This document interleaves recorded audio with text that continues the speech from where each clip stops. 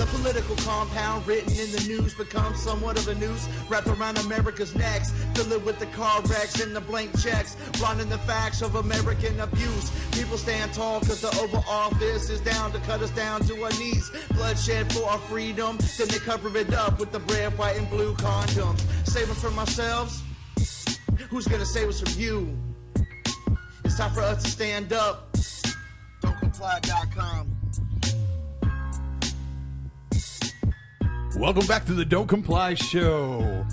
Yes, it's been a couple weeks since we've been on hiatus, and Matt still isn't even here. We had a couple weeks vacation from the show, and where is he at? Nowhere to be found. Yeah, hiding in the woods. This is excuse this time that he's moving. Yeah, I know. Life responsibilities. moving halfway across Texas somehow excuses you from showing up over here at the studio to do a show. All right, it does. But actually, he might be in later on, and we may put a segment at the end of this one with him on it. Awesome sauce. Sure. So Murdoch and Phoenix are at the helm, behind the mics, giving you a little of this and that. Always trying to make it a little entertaining, some of the news and some of our personal stories. So welcome back. Hey. Did you miss me? Yeah, I hadn't seen you in a while, Phoenix. Man, the world is going to hell out there. I tell you what. It's insane. Everything that happens that you see, and all of the news stories that come out daily about the one bad apple that's a cop that seems to every day have another just insane story about how he's just completely tasered a kid until his heart stops, and then handcuffs him and slams his face into the cement. And, just day after day, that one bad cop that's out there he's a busy guy because he is on every single force around the country. I mean, it's the greatest threat to being an American is the police. You're several hundred times more likely to be assaulted by an officer than by a terrorist. Yeah, but isn't this kind of the same general feeling that everyone had about the SS officers when back in those days? Because that was the whole thing, was you didn't want to get shut down by, whether it's the corrupt Mexico police that you have to pay off bribes to get by, at least they're not, they'll just put you in a Mexican prison where you don't really have any food or what have you. But here in America, they don't just put you in a little cage for a while. They will murder you and they will torture you for however long it takes. They will rape you in a jail cell all night long. They will do whatever they want to do and then murder you. Yeah. And it's just fine. Or if you accidentally break your back, they'll just leave you in a jail cell for 4 days unattended with no medical attention. And you can die that way too. Yeah, it's dehydrate to death. Doesn't that sound wonderful?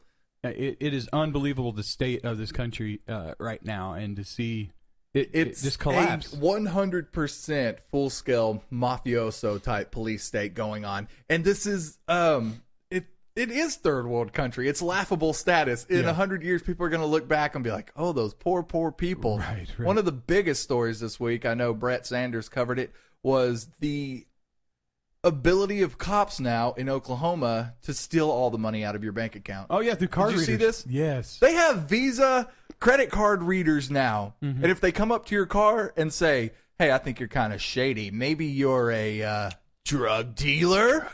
No, I'm not a drug dealer. Oh, let me swipe your card. Yeah. Oh, you have $5,000 in your bank account. Mm-hmm. That seems like an amount of money a drug dealer will have. Mm-hmm. I will take that $5,000. You prove you're not a drug dealer. Prove to me you're not a drug dealer, and go through the court system and sue my office to have your money back. Yeah, and then maybe you'll get it back. Does that sound like some dystopian, psychotic movie type shit right there? Yeah, it's wild. This is real life. This is happening on the roadways in Oklahoma right now. Yeah. I got to drive up there tomorrow. I'm not even going to bring my wallet.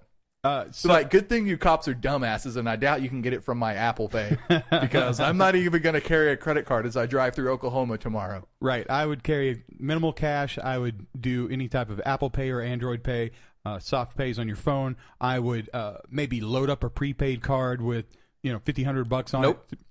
Well, I know they can. I know they can take it. I'm saying load it up with a small amount of money instead of having access to your entire account. But they could take prepaid cards, gift cards, everything. Yeah, anything that has some sort of insane. Yeah, they can just go ahead and take it, and it is guilty until proven innocent, and you must fight and sue the courts and the police station to get that money back. And it is this can't be America.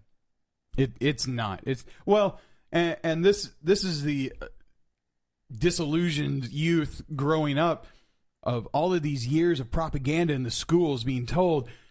This is a free country that you live in, and stand and pledge allegiance to this amazing country, and all of these soldiers that go and fight for your freedoms, and all of this stuff that we're paraded with for 12 years plus, and then to go, wait, none of that's real, and I'm at threat of being murdered and raped and tortured by any power hungry police officer. No, haven't you seen the new Snapchat filter? You can make a rainbow come out of your mouth. Be quiet. Be quiet. It's unreal. And I don't know how many years people like us have been out here trying to at least point out, would you look at what's happening to the police? Would you look at there's no accountability? Would you look at the places where these one bad apples are getting off scot-free? They're getting promoted. They're getting paid vacations. They are getting rewarded for what they're doing, and this is going on and on. We've been trying to sound that call for decade, and nobody's done anything. Everybody's just like, well, and so now look where we're at. Look where we're at today. It is unbelievable the state that we're in with just the non-blanche. I mean, the ability absolute of the cops mind to take control that they have over us at this point. You don't need a matrix. You don't need to be put in a computer simulation, even though Elon Musk says we are in one. But it's just they've perfected it to such an art now that they can just steal from people. They can assault people, kill people right in front of our face. Look at yesterday. A man going crazy gets shot at Love Field. It's just nonstop. He had a rock. They're going to ban rocks now. Yeah, he had a rock. He had a rock, and the police started to open fire in a crowd of innocent bystanders. And you say, crazy police. Oh, well, the guy was acting wacky, sure. And then you go back and look at the videos of people in other countries being taken down when they have swords and machetes and other things, and being taken down in a non-fatal way. So the guy had a rock, and a cop has several less lethal methods on his person at all times. Yeah. He's got his tasers. He's got, sometimes they have batons, or sometimes they have mace, or there's other things they have on them. Yeah.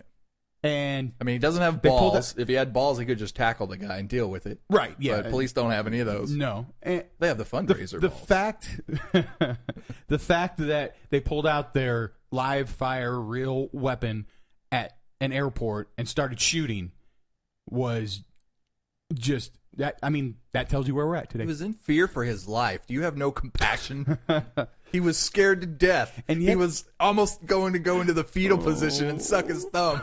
He was so scared. Yet the FedEx and the post office man shows up at everybody's house unannounced and delivers mail, and the pizza guy, and nobody's dog gets shot. I did love the little video of the cop that was standing on the back of his police car with the chihuahuas and telling the little kids, I ain't even trying to get bit. Y'all need to get the chihuahuas back inside. I didn't see this. Oh, it was so classic. Look it up. This cop standing on the trunk of his police car out in the street. A chihuahua. There was like 3 chihuahuas, and he was, now there were some little kids, and it was almost like he was possibly just, joking with them. But I want to honestly believe that he really wasn't trying to get bit. I was thinking of a new campaign. I don't know if this would take off. We just need some more verbal, just constant reminder to the police how much the public despises them. Okay. I've started this week, and every time I drive past a cop and they have someone pulled over, I just do a couple honks at them. So it's like honk at a cop, I was thinking could be like a viral thing. Okay. And whenever cops are hustling people down for some roadside revenue, or if they're harassing someone for a victimless crime, then we'll just honk at them. And it's just like a constant physical reminder that, hey, the public disagrees with what you're doing. Okay. And so every time you drive by a cop on the highway, let's all start honking at them while we drive by. And we'll get the website honkatacop or something.com and put out our whole platform and the reason to why we're doing it there. Honk at a hog. Oh, there you go. Maybe It'd have to rhyme. yeah, No, that's great. something like that. I It was one of those glancing thoughts in my mind this week. right. Just because I drive by and feel helpless, to where like you want to go get involved or go tell these people their rights, or just I want that dumbass to know that we don't support him, You're right. and I want to get that across somehow. I don't know how long it'd take until honking as you drove by became interfering with police duties or something, and they would start freedom of speech. Oh yeah, I mean, I know Tell that- there's tell that to the- excessive honking type violations and other tickets they could write you, but I don't know. What is he going to jump in his car while he's in the middle of writing a ticket? I don't know. I've seen one cop pull over 3 or 4 different cars all the way down a highway and then stop, tell them all to wait there, and then go back and ticket every single one of them. Oh, gone. I've seen. No, they get your license plate, and they're like, stay here, and then he goes to the next one. Goes to the next. I've heard of that. I have participated in one of those situations Mm. where he went and pulled over like 3 different cars. I know. You know what? That actually something similar did happen to me one time Yeah. when I drove over a median to get off a highway one time. Yeah, one of Because those guys. the traffic was stopped, Yeah. and there were cops over the hill and was stopping everyone that crossed the median, and Yeah. so they pulled us all over, but there was like 6 cops doing it. Because you were injuring people, Phoenix. Oh yeah, You just drove over. I mean, I should a have hump in the road. have to sit on this highway for an hour Yeah. instead of using my truck to go across some grass and go home. Yeah, a little piece of unused grass. Dangerous. I was just out of line. You terrorist. You drove on grass. I mean, we spent all this time, we stole all this money from you to build this perfectly good road, and we want you to sit on it. Yeah. Like, if you could just drive on grass, then what do we have these roads for? So you're driving on grass, man? like I heard they don't like when you're on grass and you're driving, man. I think we're going too fast. It's like, I think you're parked, man. Pull over. I can't pull over any further. Pull all the way over. So tell me what you got, man. I don't know. Your Apple shirt just reminded me of a wonderful story this week. Yeah, I got a fake Apple shirt with a gun silhouette that says iPac 2 on it. Yes. Well, somebody this week wore an Apple shirt into a Apple store, and so then no one thought anything of it and proceeded to walk into the back room and steal like 20-something iPhones and iPads and just walk out of the store with them. What? Because they thought it was an employee. He had like a they have the little- Apple Genius shirt. I kind think of they're thing. like purple now. I think they were blue. I want to say they're purple now, but yeah, with just a little Apple logo. And that's Really? all they wear. And some of these big Apple stores, there's 40 of those people walking back and forth helping. And, right. Yeah. Well, I've recently been in a couple of the AT&Ts, and I went into the back rooms, and the room where the phones are at Yeah. was a secured, locked room door that I had to get escorted to get inside of. So that's where all their phones were at. Just happened to be in an Apple store about 2 or 3 weeks ago, getting a repair done, and I had to go to the bathroom. And they sent me to a door right by the back room. And as I was standing there by their secure door, people were coming and going constantly. Yeah. And so if you looked like an employee, you could have just grabbed the door and walked back there. Now, this could have happened, and yeah. easily. This was an AT&T store, so there was 2 employees. There was one up front and yeah. one guy sitting in the back. Man, some of these Apple stores, I cannot believe the traffic. Yeah, yeah. It's insane. Well, I think that they're kind of putting the cart before the horse here, trying to make up lost ground by, well, at least we're going to give them good customer service, so Yeah. we're going to eat a little bit of this up front so that we can assure people aren't going to move over to Samsung, because Samsung is eating their lunch right now, just stealing every iPhone user out there. And Are they? Maybe we're going to get you I don't know to yet. to hang up your fanboy hat and come over to the Droid world. I still think there's a few too many downfalls to Android. But What's the downfall? well, some of the software issues with a lot of complaints of apps going to the iPhone first, and like Samsung, they take an open source software like Android, and then they change it how they want. They add their own software and add their own whatever to it. But then they stick it on their phone. And then so when Google releases a new software of Android, then Samsung, it could take them 6 months, a year to go through and update and, make any improvements to it. So it's just slow. And for someone like me that loves instant tech and wants the latest, greatest, right. You're kind of always a step behind with Android, it seems like, as far as the latest apps, the latest software, even the latest security advancements. And with all that open source, there seems to be a whole lot more malware and bullshit that you have to deal with. Like, one of the biggest keyboards they just realized was a keylogger and was sending all your information to China. Dude, one of the Android keyboards. Every keyboard is a keylogger. You get Google keyboard or whatever. There's all these permissions that you have to give and say, we're going to take everything that you type in and send it back. All of them say that. But Google's probably not malware trying to steal your accounts. Okay, but that I know they can still log information it. is sent somewhere, and somewhere one guy that in that chain of 1 million people that information has the access to. People. Thousands of people have access to that information, and I tell you, all it takes is one of those people to come in and grab some of that one day, and leave. A disgruntled employee or what have you. They have access to that. The fact that all of that is being taken and put somewhere is the issue, not right. Well, there's downfalls for to everything, but there is, and on as far as the end user goes on the Samsung Android platform, other than your iPhone, I don't see a difference. I don't see apps hitting Android too much later than iPhone. It's not the end of the world. I assure you. And to be honest, and as far as malware, they've also got all your settings on there that you can either you can check mark that you want, because otherwise it won't let you download or install stuff that aren't from the store that are verified. But you can uncheck that to put stuff on it, and that's been the whole variation between Mac and PC, Windows all along, was with Apple. You have fewer choices, but you can't F up the system. With your Windows and PC stuff, you have all the options in the world, and there are plenty of options to screw everything up and make it not work. Yeah.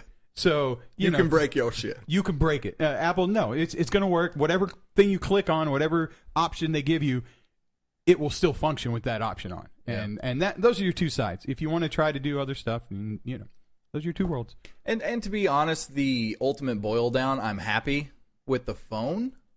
It's all their accessories that I want. Google's and Android's accessories are so much cheaper, and a lot of them are better. This is an $800 phone. It does amazing things. Okay. A million things for me. Your iPhone that you're showing me right now. The watch that I want that Apple makes is the one I want for a douchebag is almost $600 or $700. Almost the same price as his phone, and it does nothing. Yeah, what does it do? It does nothing other than basically take the information from my phone and put it on a smaller screen. On a little screen for you. I mean, it doesn't do any of its own cell signals, any of its own actual hardly processing. Right. Like, almost the same price as this glorious device for a smaller screen that wraps around your watch. That doesn't function. Yeah, without this. Without the phone. And Google has way more amazing watches for $300. Yeah, how am I gonna? I'm not gonna pay $700 for a watch that's just stupid. Apple. Now you've seen my Gear S watch. Yeah. Now that came out like a year and a half ago. I got it when it first came out. How much was it? First one. It was like $200 with a year contract. Otherwise, I could have paid the $300. So I pay $10 extra, $10 or $15 extra a month because of it's a data issue. It's like adding a tablet to your plan. Yeah. I pay that extra a month on top of my bill. Now, I guess this is going to be our tech show, huh? I was about to say, we got to get off this. We're not a technology show. We don't even know what we're talking about. Well, my last point on that is that watch that came out that beat Apple to market on the big, this is going to be our new tech watches. It does everything. It's its own thing, its own SIM card, Wi-Fi. I've seen you playing video games on that thing. Wi-Fi, 4G cell service, Bluetooth, GPS. It has absolutely everything built into the phone. with its own SIM card. It makes it all its own phone calls and everything else. Unless you're just there with your phone, then it's your little extra screen like Apple has. Otherwise, if you don't want it to be, or you leave your phone somewhere, it's its entire smartphone in itself. Yeah. And waterproof. So, Waterproof? yes, yeah.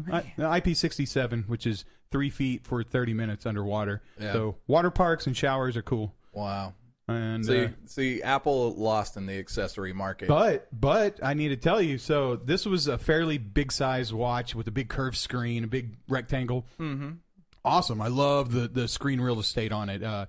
It's real easy to read stuff on. But you got this years ago. A year and a half ago. And it still looks like a modern watch. Right. Smartwatch. No, but the issue is everybody has dropped that style. So what they've come to find out is people want what appears to be a traditional style watch. Oh, the circular ones? Now, even this Gear S they've stopped doing, and it is now transformed to a smaller circular watch, just like your Apple and everything else. So they realized... No, Apple's still got the stupid-ass square.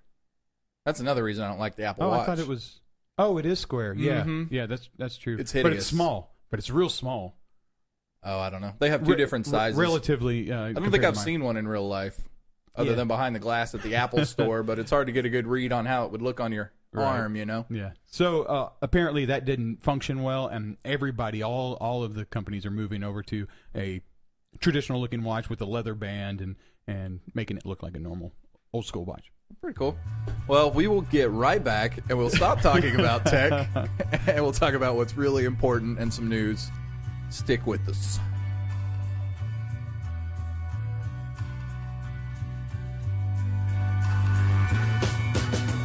We're sorry.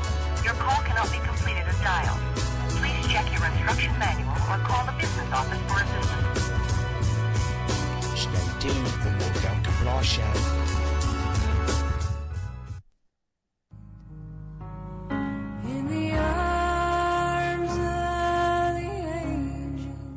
Hello, I'm Sarah McGockagockalum. Will you be an angel for a helpless cop? Every day, innocent cops just doing their jobs are neglected and disrespected, and they're crying out for help.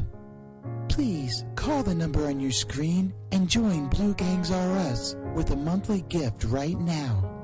For just $18 a month, only 60 cents a day, you'll help rescue cops that have been fired for sexual assault, shooting unarmed people, flipping schoolgirls in desks, and other terrible crimes.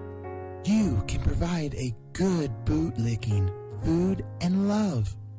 Call or join online for the next 30 minutes, and you'll receive this welcome kit with a photo of a cop. One that's been giving a second chance thanks to you, and that thin blue line that allowed them to still get a paycheck while suspended or just get hired the next town over. Right now, there's a cop that needs you. Your call says, "I'm here to help." Please, call right now.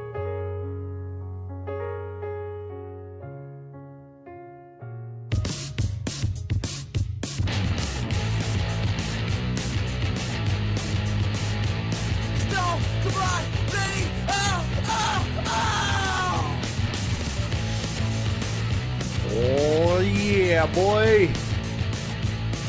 I don't even want to talk about the election process or any of that. I'm just scrolling through that shit on my stuff on my news feed. It doesn't concern me anymore. And there's so many different areas and levels that people are on that I don't even know if I want to get into the topic right now because well, I have one or two stories I'm gonna cover later about this. Okay, about the election. I'm not gonna get fully into this right now. Just let me say one thing, and just then the tip. Only the tip. Come on, baby, just the tip. All right. So too much. oh, back up. So a whatever anarchist, voluntarist, libertarian, some sort of freedom-loving world, a philosophy that you might go by. Everybody stands in a different spot about like should we vote or should we not, or participate in this system at all, and I have seen with my own eyes local elections and local voting work to a degree. We've seen our friends take out the red light cameras in Arlington. We've seen them take out fluoride in certain cities' water, which we're still fighting right now in Dallas. We stopped them from shutting down Rick's Cabaret by the airport. Boom. See, important stuff can happen when you vote in local elections. And that I can see because I see the effects of it. But there's so much room for manipulation and co-opting and so much dirty money that gets put into larger national elections and votings that I don't think that anybody really has. Any normal citizen has any effect when it comes to voting in any type of a larger situation because of all the corruption and all of the other aspects that go along with that. But it's so hard every 4 years because this comes to the forefront and people start arguing, and the division that happens within the community, like for like 2.5, 3 years after an election, we start building up this community, and we start feeling like we're all one and we're all together, and that we're going to get something done, and we're going to make a real change that's going to affect our lives. And then the election process starts like a year out. Immediately, the people that are still interested in voting and still think that it has some effect, those people already a wall goes up and a big crevasse happens where this community fractures and cracks. And then on that one side of it, you've got people that are sitting here and arguing between. I've seen people go towards voting for Bernie that were like in our community that were head, I don't know, figureheads for liberty with big air quotes. Mm-hmm. And they come out and say that they're for Bernie, right? And just makes you just lose it. Any type of reason goes out the window, and you can't even understand that. But then you have the people that are for Trump, and so, but they're on the other side of this crevasse. They still think that there's some effect that they're going to have, that the voting for less evil, that all of this stuff which, as Larkin Rose has put, that voting for a certain president, I'm going to terribly paraphrase this, doesn't get you 1 inch closer to being free. Mm-hmm. The voting for the less evil, or the nicer master, I think is what he said, doesn't bring you 1 inch closer to being free. And so you can see how it may help you get beat once a week instead of 5 times a week. It can help your present situation very minorly in those terms, but you are not getting any closer to being free. And I guess that's my bigger concept of or point to this story is that we are all living on this tax farm this property, everything that we're living on, all of this country, all this land, any country and any land on the earth are owned by these power groups, these monopolies on force that own all of it over the globe. We are just people living on, whether we're crop shares or indentured servitudes or something to that nature. We don't own or have any actual authority on this land because someone else has the land. We're a house guest that they take from us because they're graciously allowing us to stay here. And nobody gets this concept, and that's why all this stuff happens, because this is not our land.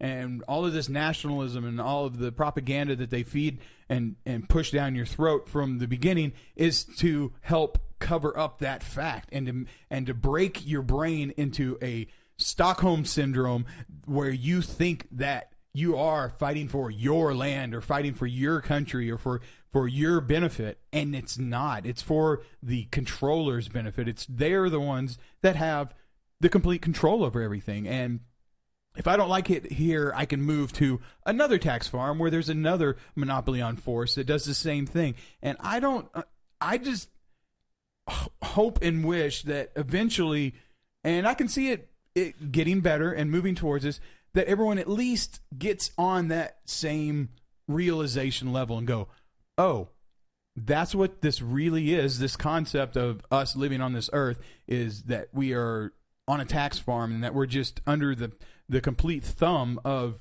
these powers that be. And I hope that we can at least all line up to that so that then we can take the power back. Then we can change the paradigm and fix it. But everybody at least has to get on that same page before we can do anything. Yeah, and it's all I guess there's this time scale to where I think people are learning. I think people are starting to realize this. Until the next election cycle and everyone breaks off. No, I still think there's this underlying understanding, underlying revolt to this power control. And I think a lot of the intelligent people, especially like in the tech boom and all this, there's a lot of libertarians in the technology world and all these people that are becoming powerful and starting to control things. Yeah. Someone I brought up earlier, Elon Musk, who runs Tesla, is planning on being on Mars in the next 15 years. And he was talking about... But he has to get permission to leave the Earth, by the way, from the government. So what? Say he gets permission and gets out of here. Uh-huh. He's going to decide the government on Mars if it's his project. And that's not true. I mean, you know. In his mind, it is. Because all the people with all the power, money, and guns will say... Well, he has all the money. And his ships are going to go there. He's got some money. Yeah. Anyways. And then they go, we're not going to renew your license to leave the planet. Right. But just getting back to the point that sorry, mindset... I just derailed your entire point. Sorry. I'm just saying the mindset is there where he's discussing things like like he's mentioned it shouldn't take a majority to overrule law. That he said even 40% or so of the population votes to remove laws. He said... on Mars, ideal government would be where it's extremely tough, where it would take an absolute majority to make a law, but it would be really easy to erase a law from the books. And type of he talked about a lot of libertarian ideas of how you could govern better. And I'm not saying that's perfect by any means. You're still being governed, but I'm just saying I think there's a root of this to where people are tired of living under a tyranny, and people are looking for better solutions. And maybe they haven't realized that instead of needing any form of government at all, we could all just be free. And that's a big step for people to take after they've been raised in such a statist, tyrannical system. Yeah. But it seems as a mass, there's a lot more people talking about this, and there's a lot more just yearning for that type of environment to be in, we're not so restrictive anymore. I mean, just this week, the city of Denton again sent me a whole page of my violations. I got a picture of someone apparently came in my yard and took pictures of everything. My trash can that is given to me by the city of Denton was in front of my garage. Ooh. It has to be on the side of my house or hidden from view. You sorry son of I had an extension cord on my porch. On your porch. And they came and took a picture of it and sent it to me. Mm-hmm. Oh, and the trash can. I got an entire page of rules about where my trash can can be. Just for a trash An entire sheet of paper. Okay. About just my trash can. Yeah. Oh, and then, Wow. This was last week. Last weekend that they took this picture. Someone comes and mows my yard every 2 weeks. Yeah.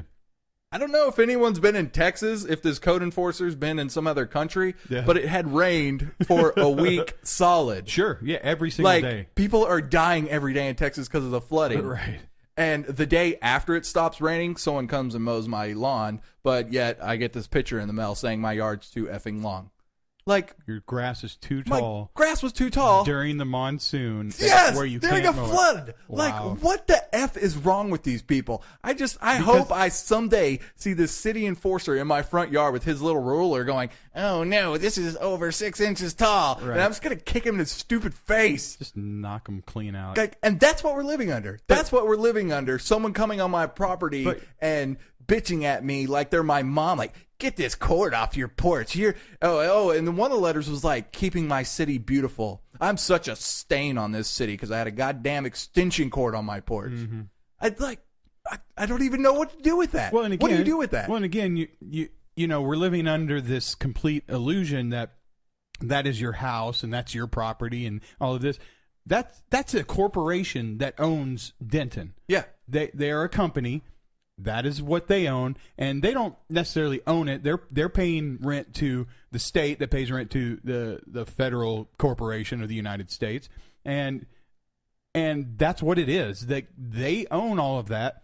They want it to look nice because that's their tax revenue from their property taxes. So the nicer they make the place look, the more money they get.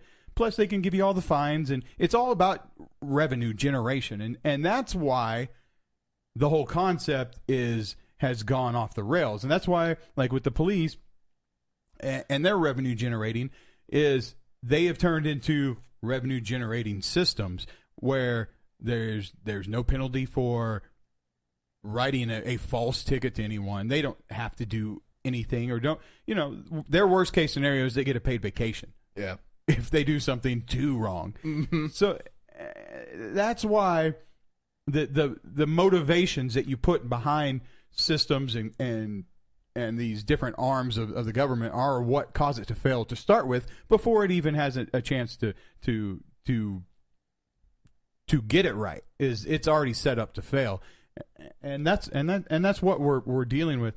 I would like to see something like on Mars where a smaller majority may be able to remove a law, but the smallest minority is an individual, and it's the individual that should be able to, if that violates someone's right, one person, if it undermines one person's rights or violates their property, that shouldn't be a law. It should be removed.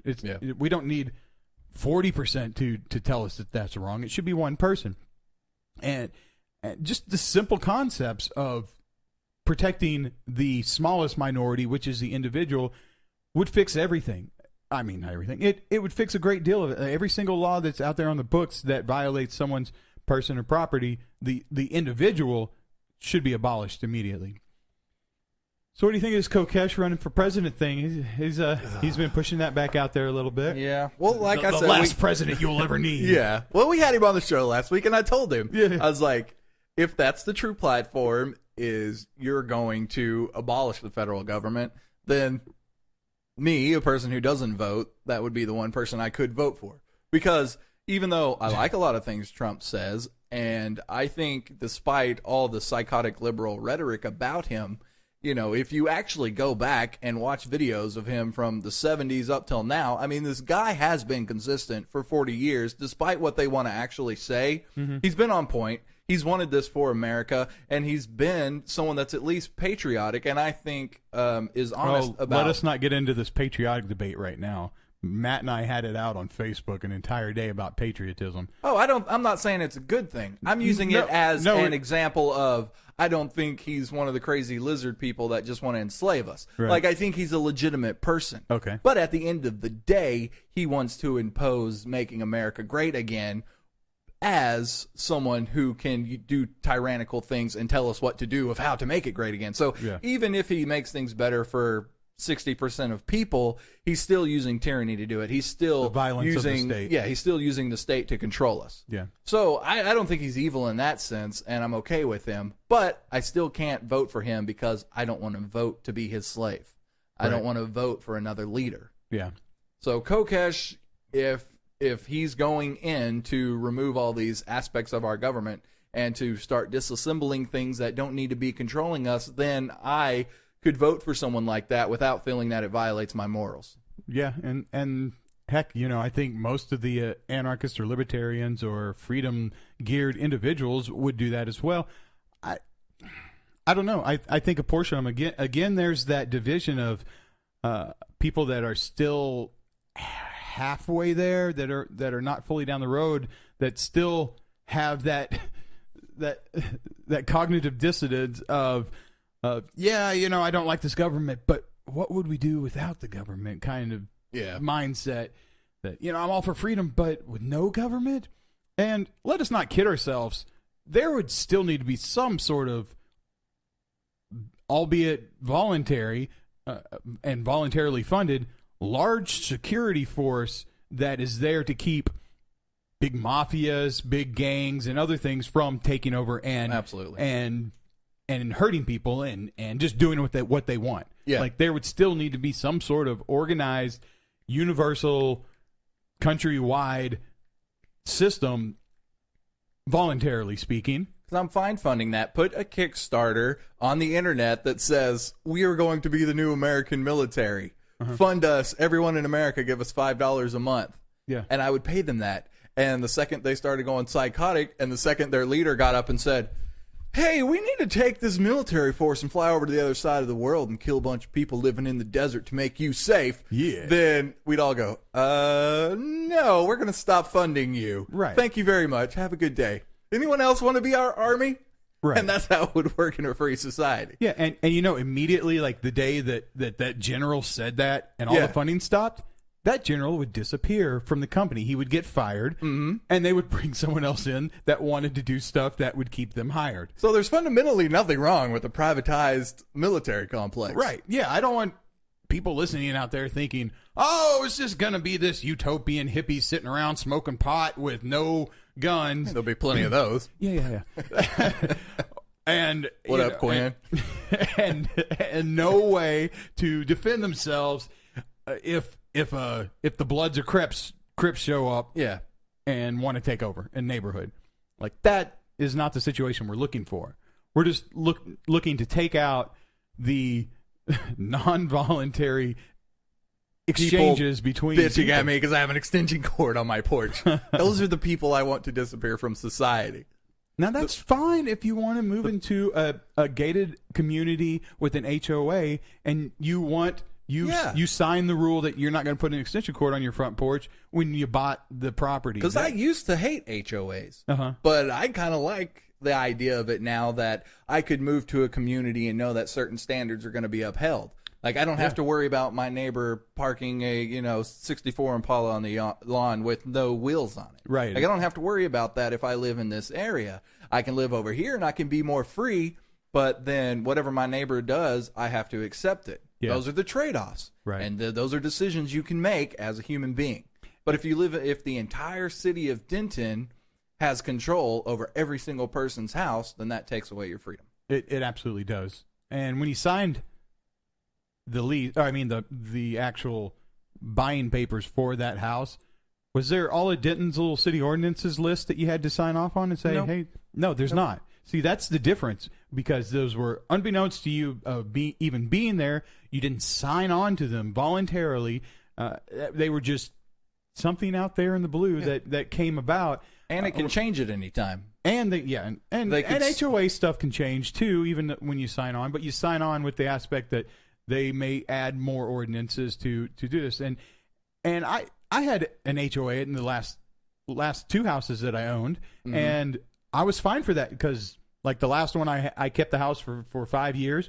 When I sold it, I got a lot more than what I originally paid for it because the neighborhood was still pristine. It was still nice.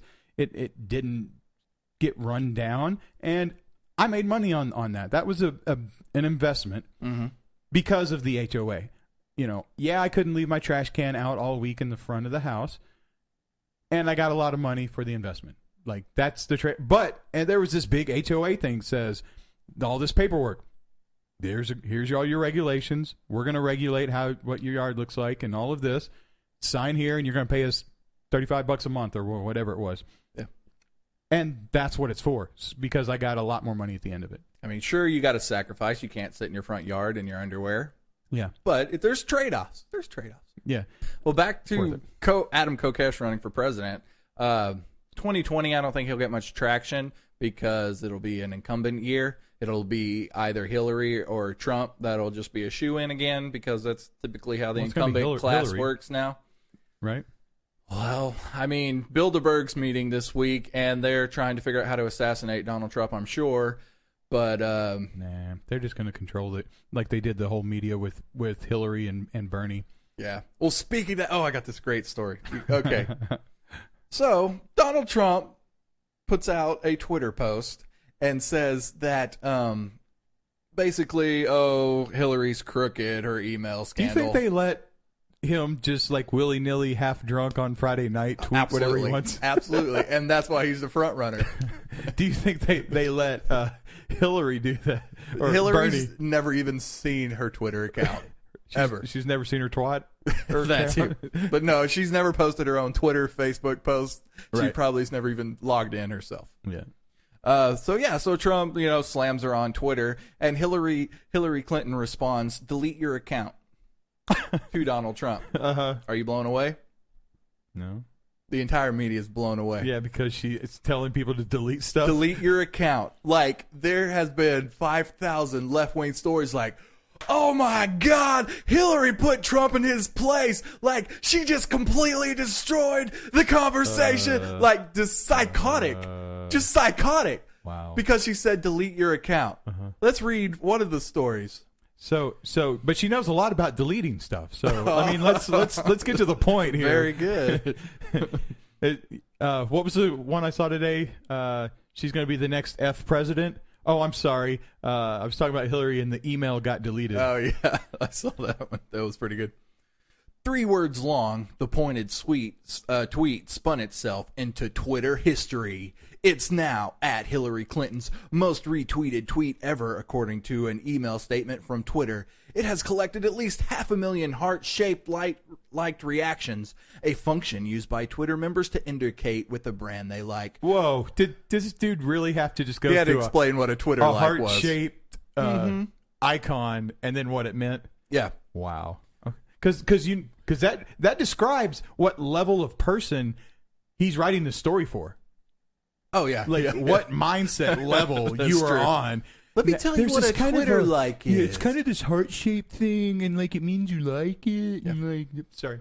Clinton did not respond, but her original jab is, even by conservative analysis, a public relations success. Because she said delete your account. Like, what kind of... And she didn't even say that. Yeah, and she that didn't was do Donald Trump's response was, like, how many of your 800 interns did it take to write that response? Yeah, is what those he 3 said back words. to her. But it's like hundreds of stories. And, like, I first heard the headline, like, Hillary Clinton completely destroys Donald Trump on Twitter. And it's just the way they... Right. And the thing is, they think they're changing people's mindset with this. They're giving her all this psychotic coverage and all this, like, she's the best. She's going to win. She's this, that, and the other. And they think that changes people's minds. But I don't think people really listen to this anymore. And this is how they controlled us in the past was... Everyone did listen to the mainstream media, and everybody would follow these stories. And it wouldn't matter if he's the front runner. All that would have to happen is the media would have to come on and be like, she's the definite shoo-in. She's totally going to win. Right. And everybody would automatically be like, oh, I guess she's the winner. Yeah. But now everyone, the few people that even listen to this media even anymore, they don't even give them that much credit. Like, they don't have the sway. So that's why we're caught in this area that we're caught in, and that's why they're freaking out at Bilderberg and trying to find a way to defeat him. And the only possible way I see, because they don't have that level of control anymore, is just out and out voter fraud with the voter machines. They do have that control in the mainstream media. They have control to say it, but it doesn't soak into people's minds like it used to. You know what I mean? Sure. Like, they can pump it out all day long, which they're obviously doing with stories like this, trying to build her up as some amazing, intelligent champion. But no one listens anymore. No one gives a shit.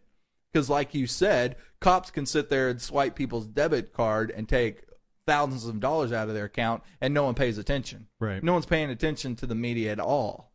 Not just on political stories, on anything. Yeah. That's the only leg up I see with Trump's side of it, is people just aren't paying attention to the propaganda. And like Frank Zappa famously said, that politics is just the entertainment division of the military-industrial complex. Right. This is all for entertainment purposes. It has no effect on anything, which one of the people they put in, because the same policies get renewed, whether it's the TPP, whether it's any of the terrible, terrible laws that make it where the indefinite detention of American citizens in torture chambers in Guantanamo are able to happen, will get renewed no matter who is in that office. And that is the bottom line. So why does anybody else still even talk about it? Yeah, and that's typically my view too. I do think, as much as I'm an anarchist and don't vote, I do still have a secret crush on Trump if he is legitimate, if he's not fully controlled. And that I think he wouldn't be. Like I said, I think he is legitimate, and I think he would change a lot of stuff. The way the government's set up with Congress and the Senate and everything else, I don't know that it's actually feasible to without just going crazy and writing executive orders, which I also morally oppose. But who's to say? Well, and that was Kokesh's little Achilles heel that when the government that was his plan when he gets in, is to day one sign off on 100 executive orders dismantling everything and disallowing it, and then basically, I'm fine with that. You know, I don't know that that's going to function. That's going to actually work. I mean, you have to think about it like self-defense. Like, if you woke up and said, hey, do you think it's okay to shoot someone in the head? You're like, no. If they're about to shoot you, is it okay to shoot them in the head? Well, yeah, sure. And so executive orders are kind of that way, to where if you think you're saving or you're doing it as a self-defense, that's fine. You know, Ron Paul even spoke to that when he was running for president, like, oh, I wouldn't use any executive orders to fix this. And it's like, well, you obviously know all these things are wrong and they're not going to let you change anything for the good. Yeah. So why wouldn't you use that tactic? And why wouldn't you use that as a self-defense for this country and be like, hey, all you corrupt mofos, I'm going to write this executive order and fire all of you from our government. That's actually a really good point, is to look at it in the truest sense of the word, is you're saving people's lives by dismantling whether the police force or the military. Like, think of all those innocent people that are being murdered, drone strikes every day in America or overseas by American soldiers. Yeah. Every day we're bombing somebody in the over the world. And if you don't necessarily believe in an executive order, Ron Paul or whoever have you, what you're doing is a self-defense tactic to save an innocent person's life. And I guess that's Kokesh's plan, is he's going to get in and write these executive orders to dismantle it. Now whether they let that go through as easily as it has with the other presidents is yet to be seen. I think that he may end up like a JFK if he starts trying to, JFK only mentioned he wanted to take apart the CIA, not the entire government, and he found, got well acquainted with the back of that Lincoln, or his brains did anyway. Yeah.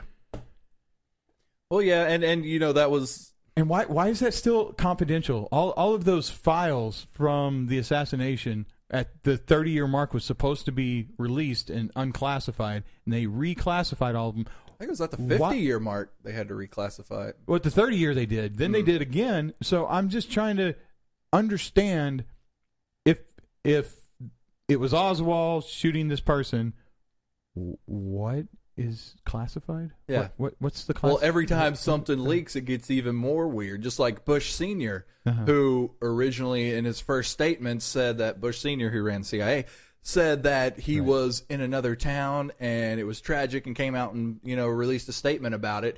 And then come to find out years later, he was in Dallas that morning. He was standing at it's now the Red Museum right there where you can see Dealey Plaza. Yeah.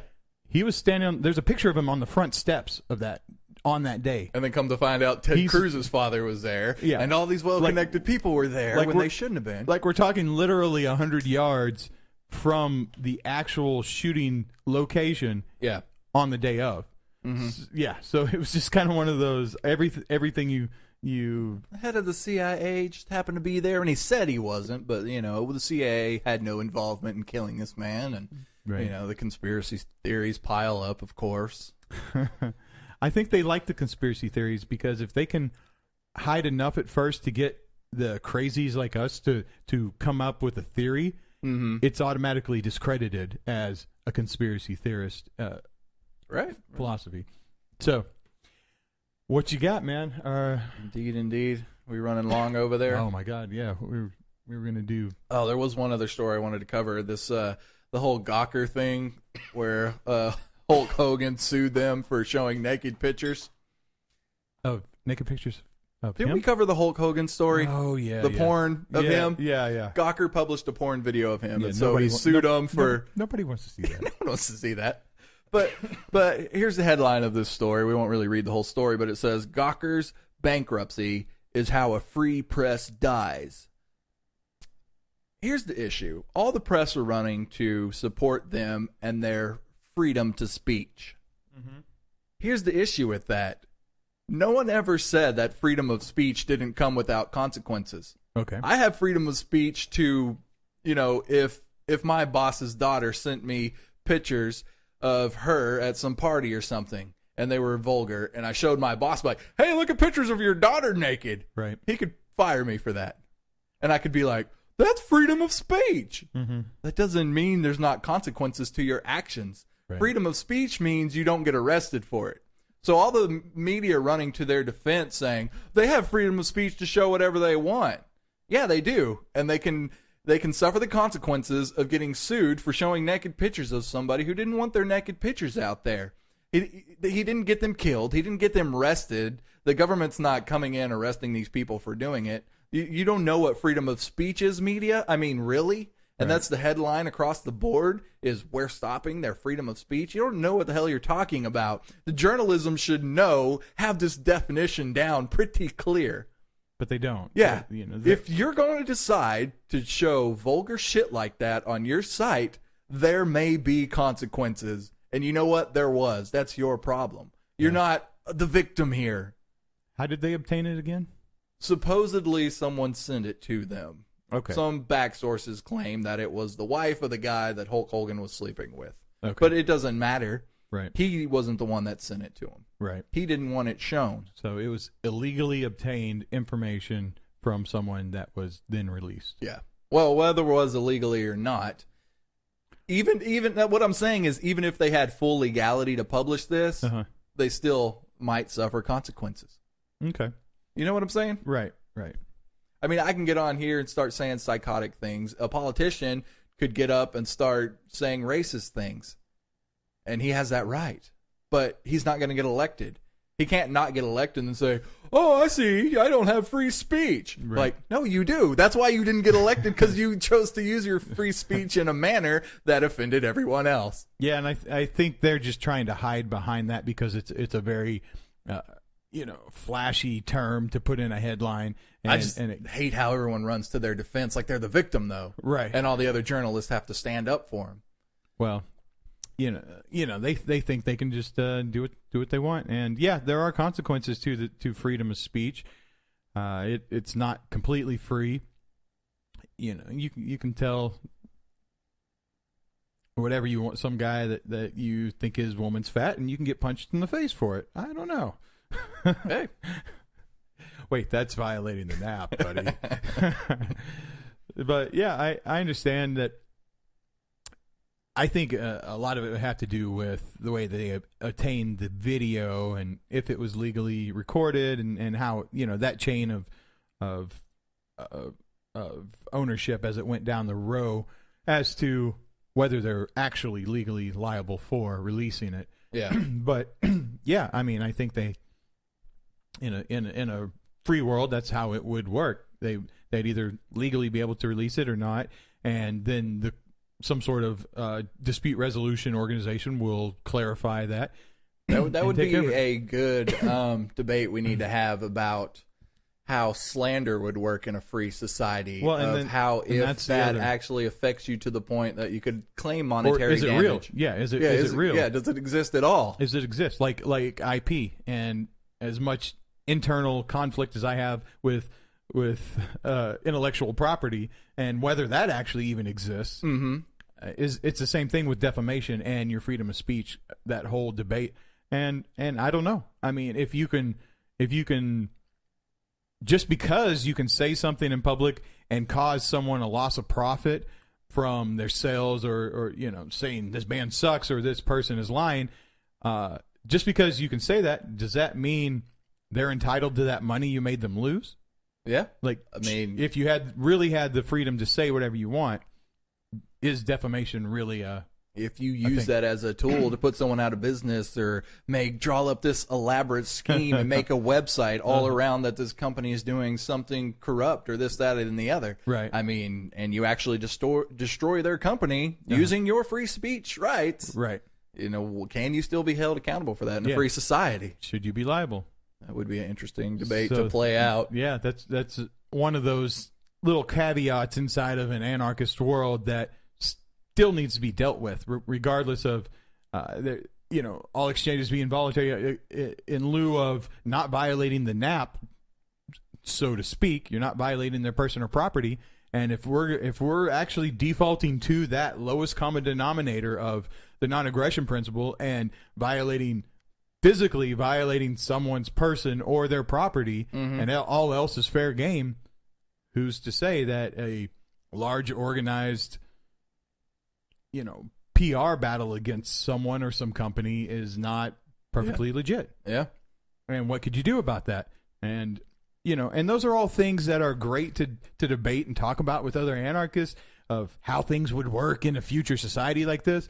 But that it's neither here nor there when you're really talking about we need to get to the anarchist version of a voluntarist version of the world. Right. We need to get rid of the violence and the force being used on people to force them to pay people money and to do certain things. And once we get all that out of the way, then we can start working on curtailing these small details to make it the utopian world that everybody pretends that it can't be. Yeah.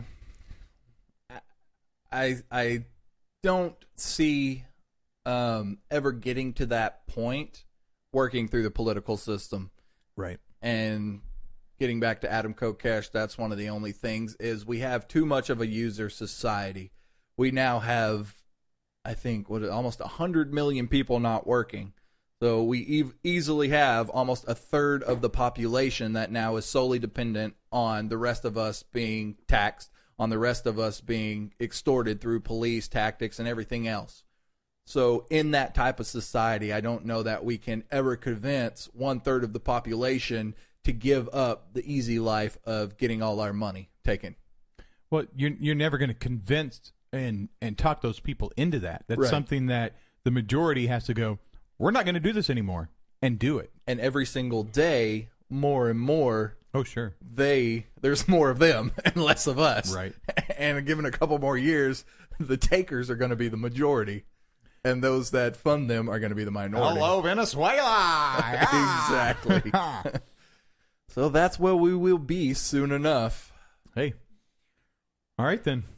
Jeez, we got to get to the bar. We got a lot of work to do tonight still. Yeah, we're still evilly planning our new video show. Going to be super sexy. Yeah, we may just do the first show in Speedos. Yeah, I mean, I do like our listeners. I'm not that mean. You don't want to see all this manly goodness. Oh. All right, that was nice. It was very hot, sweaty, passionate, milky. Well, I guess if we do it from the waist down, right back. Hey there. that might be entertaining. Hey now.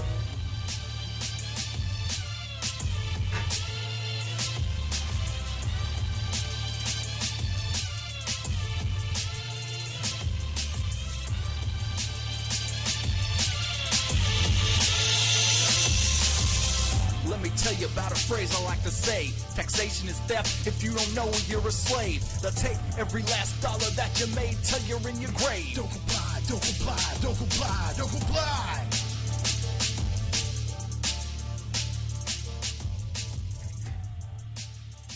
Welcome back to the Don't Comply show. Phoenix has left us and Matt has showed up, so we have a change of personalities over the commercial break. Yeah, man, I hadn't been back for like several weeks. I've been stuck out in the woods, surviving and whatnot. We've all been kind of absent for the last couple weeks, but here we are. You didn't make the first of the show, but you're here. Well, now that I'm back, I've been talking to Dean Ryan. He's a real good friend of the Don't Comply crew, and Yes, he is. I want to bring him on the show. We got a few things to talk to him about, and I think that we'll just do it where everybody can hear what's going on. Okay, well, you ring him up, and I'll introduce him as you're getting him on the line. Sounds good. Dean Ryan is a producer, writer, filmmaker, and radio personality. He worked as a producer reporter for Alex Jones' InfoWars, Coast to Coast AM, and NaturalNews.com. 2014, he gave us first-hand groundbreaking reports of the Dallas Ebola scare and the city hostage siege from the Sunday Wire radio program. Having traveled the world at an early age and living in many different countries, Ryan is a cultured explorer with an understanding of who is really controlling society. He's currently a co-host for the online TV show called Truth Be Told on Universal Broadcasting Network. Seeking truth through film, television, and radio, Dean Ryan continues to spread the message of liberty by any means necessary. I'd like to welcome to the show our good friend Dean Ryan. How are you doing? Wow, what a great introduction. Thank you for just improvising that, Murdoch. That was great. It was just off the top of my head. Yeah, that's wonderful. How are you doing? Let me hear about the new show that you're on first. Let's do this one step at a time. Well, it's a brand new online show on UBN. It's Universal Broadcasting Network. It's called Truth Be Told News, and I'm co-hosting it with radio's Tony Sweet. And it's a jam-packed hour of headline news, topical, trending subjects. We're going to have amazing guests, and we're going to have a lot of human interest stories towards the tail end of the show. So it's going to basically, I'm putting all the experience I've had over the years, covering news as a producer, as a reporter, and all the above.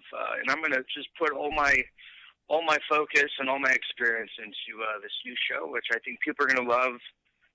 It's just going to be great and wonderful, all in one. Well, that's really awesome. You've been all over the map with what you do here in the media world, and we love everything that you've put out. You've done all sorts of speech talking tours with Sean Stone and all of these other great people, really promoting a lot of different areas. You have been all over the map, and I like to see you focus in on certain areas and make it your own. And so this is a really great show. I can't wait to tune in and start watching this. Dean's always all over the place, man. Whether he's been down with Kurt Richard Haskell down in Costa Rica, or checking out third world drug war areas down in Central America, to always inviting us to all these different events all over the country, which we just can't do all the time. We got our own thing going on, but I met Dean a few years back during the little riot where the cops were beating all the protesters at the JFK 50th anniversary, and we've just been great friends since then. So it's good to see that you're continuing on your same path, man. Well, it feels like I met you in the Vietnam War or something. It feels like I've known you longer than that. Yeah, so many things. You're one of those old souls that I feel like I have known for decades, but it's been a rather short time. We were in a foxhole somewhere. I often forget I met you at some rally years ago. I think I met you at you and Adam Kokesh's house there in L.A. originally. We actually met earlier. We met before that somewhere in Dallas. I think you met him when he was at one of our Kerry marches down in Austin. Absolutely, yeah. I actually met you before that. We really got to hang out and get to know each other once I showed up at your place unannounced with Matt in L.A. well, just for legal purposes, we probably won't talk about that encounter and trip at Adam's house. But yes, we got to know each other pretty well. You could say that.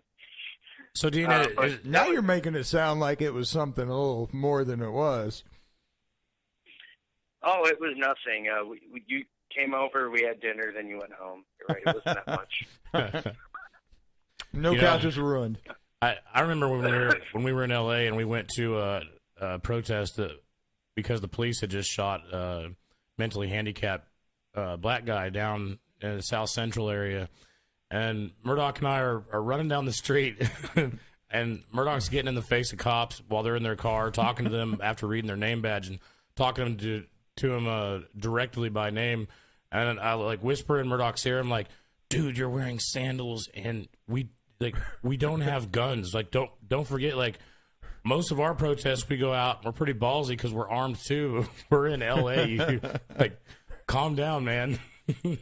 Yeah, we were at the Ezel Ford protest against the shooting of an unarmed handicapped individual there in L.A. We've got the LAPD choppers flying overhead, and I somehow pulled you guys after a big party night out early morning down to the southeast L.A., the ghetto area of town where everything is bars on the windows and locked up tight, to go protest the LAPD. Well, they show up in force, and they've got a couple choppers overhead. They've got police around, and I kind of do my normal thing and get right there in the middle of it all. And Matt's kind of like, in case you forgot, we're not in Texas anymore. And you're wearing flip-flops. And yeah, I wasn't intended on doing what we were doing. That's why I wore flip-flops. Anyway, Dean, let's get back to this a little bit.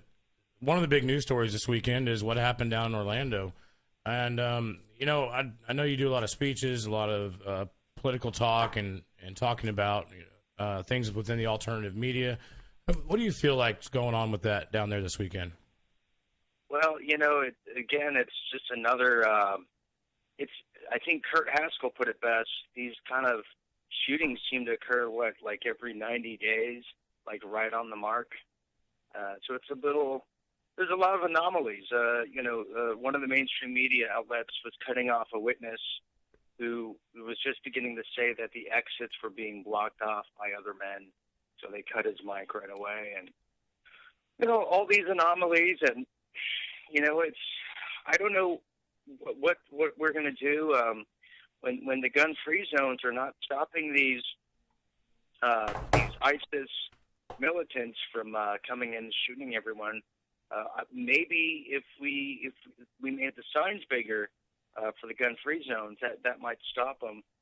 So they'll think twice about doing these kind of things. That's exactly why we put together and you helped produce the fake mass shooting that we did down at UT in Austin. And that was the direct message that we were trying to give them, and that's why you were producing it. And why Pete Santilli did the show, which I'd like to talk about him here in a minute. And Mike Adams was involved filming the whole thing. And it's because these gun-free zones, they are killing people. They're victim mass shooting zones. Like, this is the place where bad people would go to go kill people because they're cowards and there's nobody there to put them back. But then, one of the interesting there's two interesting things that I see about it. Last week on Facebook and other social media platforms, I was talking about how all the national level exercise drills have been popping off. And you know that for years I've been studying the national level exercise drills. There was a major one going on at the time down in Florida. Not to mention on the 10th of June, General David Petraeus came out and started a new anti-gun club where he wants to target veterans and gun owners, to get all the same background checks and everything that Hillary talks about. And then when the SWAT team gets there as it's going on, they sit outside for 3 hours and let this murderer continue to go on in his shooting spree before they go inside and do anything about it. And it just, maybe these things don't all click together, but after the shooting, we're looking at all these people, the leftists, the people who Murdoch and I have been fighting for 3 years plus now on these gun issues. And it kind of lines up in step. I'm not trying to be a conspiracy theorist, but afterwards they're already saying blame the Second Amendment and all these people when it was a guy whose parents are from Afghanistan and a country we've been at war with since 2001 who went in and killed 50 plus people and wounded another 50 plus people. Right. Well, it's never going to stop. With the signage of the 2012 NDA or the NDAA by Obama, it got rid of the Smith-Mundt Act, which was an act that prohibited the federal government from doing and practicing high-level propaganda in media, which they could put their Homeland Security crisis actors and use it to achieve the objectives of the establishment. So once that's out of just like the Glass-Steagall Act for the housing bubble was taken away in '99, Yeah. Once you get rid of acts like the Smith-Munn Act, you know, it's really fair game for the establishment to participate in these kind of drills that could go live at any time. It just seems to be every time there's a drill, you know, some of these things happen. Just like we saw in the 7/7 bombing in London, just like we saw in 9/11, San Bernardino and Sandy Hook and so forth.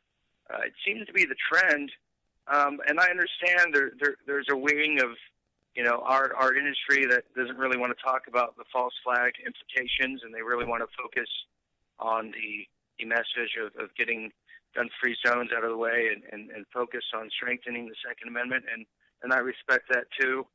I'm just trying to throw the kitchen sink for people that are critical thinkers or that are saying, hey, something's wrong here. Let me connect the two and let's really bridge the divide in the alternative or the liberty movement, if you will, kind of thinking. Let's get to the truth of it. So you're not saying that you think that that what happened down there was propagandized. I mean, do you believe people were actually killed down there? And if so, is this like a way to put in, you know, martial law scenarios or with a false flag? I mean, they go live sometimes and people actually get killed, right? Right, absolutely. People say, well, not everything's a false flag, but everything's covered by the mass media because it seems to be a false flag because there's thousands of shootings all the time throughout the year. It's just when you get the president coming out and making a statement, when you get endless coverage from all over the cable news, 9 times out of 10, that's going to be some kind of false flag scenario. And we have to remember this is on the heels of the Ninth Circuit of California voting to strike down the carrying of concealed weapons in California is no longer allowed.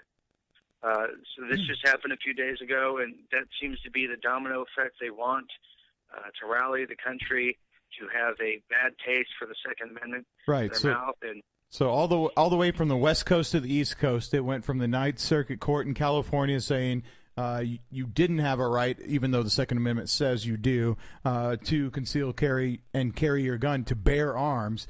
You don't have that right, to the East Coast where people are being held up for hours with the cops standing outside being murdered one by one by one in the largest murder scene in America in the history of the U.S.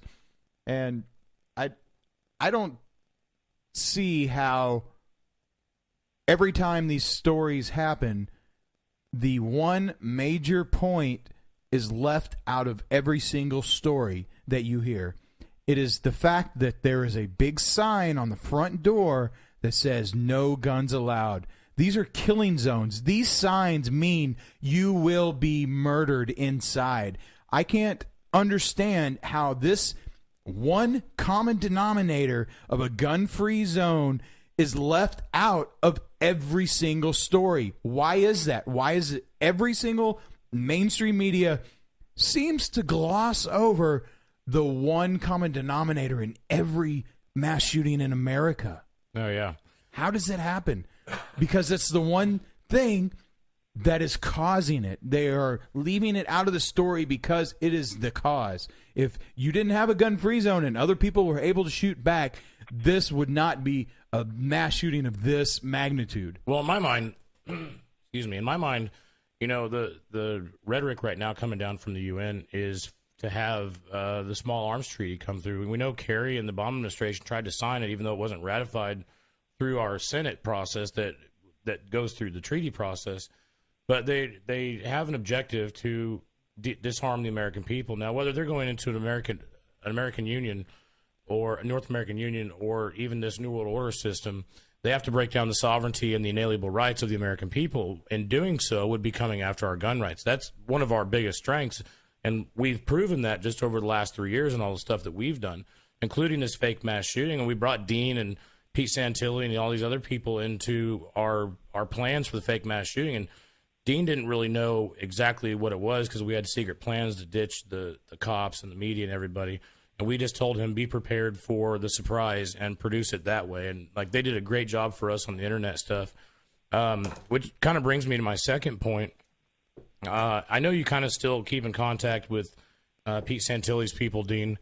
And what can you tell me what's going on with that? Because in my, we can talk about this at length, but Pete went from going to the fake mass shooting. He got arrested in Ohio for having a gun in his car. He calls me up after he gets out of jail, tells me that the judge understood that he was a radio personality and that he had his gun with him because he's had death threats and he's had threats from the government and everybody else, that he was heading out to Oregon to go do a march with people, and some people went and decided to go occupy the wildlife refuge, and Pete went with them to cover it. He calls me up on the phone the day that they're walking onto the refuge, and he's like, I don't know, Matt. I don't know if I just don't know about this thing. And I told Pete, I said, Pete, if you invade the king's castle, the king is going to get pissed off, and he's going to come after you.